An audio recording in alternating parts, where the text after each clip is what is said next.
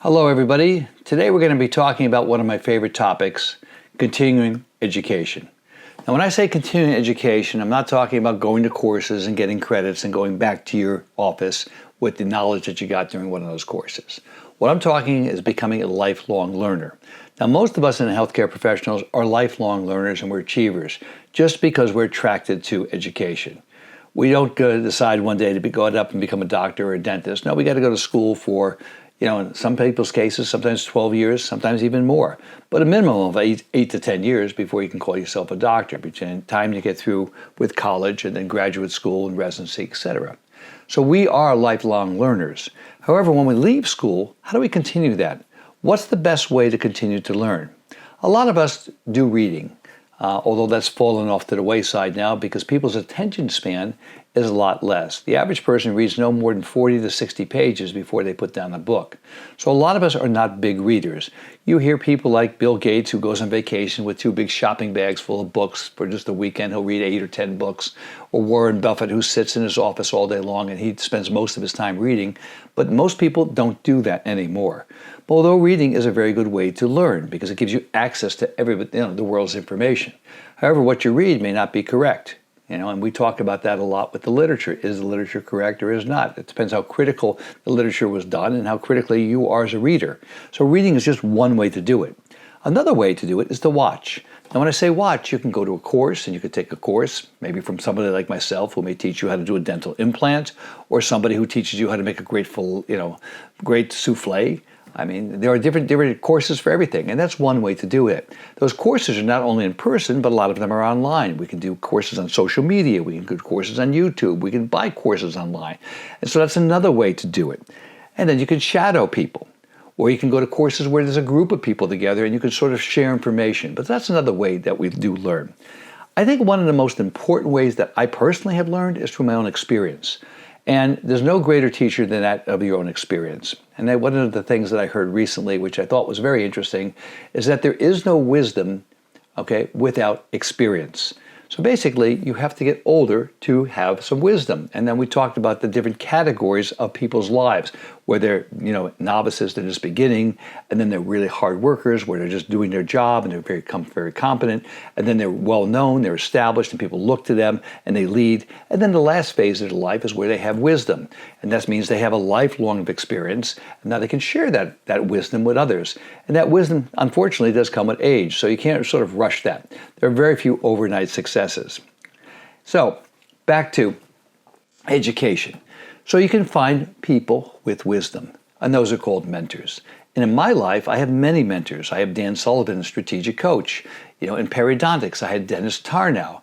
I had John Coyce. I had many mentors in all areas of periodontics and surgery throughout my entire career. And I always have a mentor with whom I'm working. I have mentors in sports. I have mentors in the gym where I go. Now I've just started doing Taekwondo. So I have a mentor who's 35 years younger than me, Master KJ, who's teaching me how to work on balance and breathing, and strength training and fitness. And it's pushing me to a level that I wouldn't really get pushed to. So mentors are somebody that I always look for, and I always have a mentor. My mentors are not the same mentors for 30 or 40 years. They may change. Like Master KJ is a newer mentor to me. And maybe I'll decide I want to become a better cook. So I'll find someone who's a great chef. Maybe I'll go see Thomas Keller and say, are you doing any teaching down there? Or somebody, from his restaurant. There's always someone that I'm looking for to mentor me because there are always people that know more than I do in any particular discipline. But the last way that I found the most effective is to join a mastermind group. Mastermind groups are groups of like-minded individuals that share everything about what they know with the other people in the group. I started a group a number of years ago of other periodontists, and to join that group, we all had to show everybody our tax return and our profit and loss statement. That's the kind of trust that group started with. And it was almost like 19 years ago. We walked into the room, we all put our tax returns down, we all put our profit and loss statements down. Could you imagine doing that, to have that kind of trust, to show people that information? And we did, and we basically didn't even look at it. We just looked at it once and said, okay, we're a member of the group. And then we shared openly. And we meet once a month and then once a year for 2 days. And we share everything about our practices, about our clinical expertise and what we're having problems with, because we're all having problems. And in that group, I'm very skilled in one small area.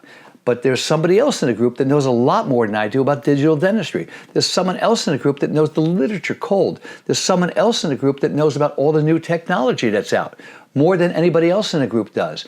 And that group has made me a lot stronger. During COVID, for example, that group met every week on Monday for an hour to 2 hours because we didn't know anything, but we shared all of our cumulative knowledge and it made us stronger. So if you're not a member of a mastermind group, I strongly suggest you join one. We have a study club, Fairfield County Dental Club, that's been in existence for 35 years. And I push the younger people. I'm the oldest person in the club right now.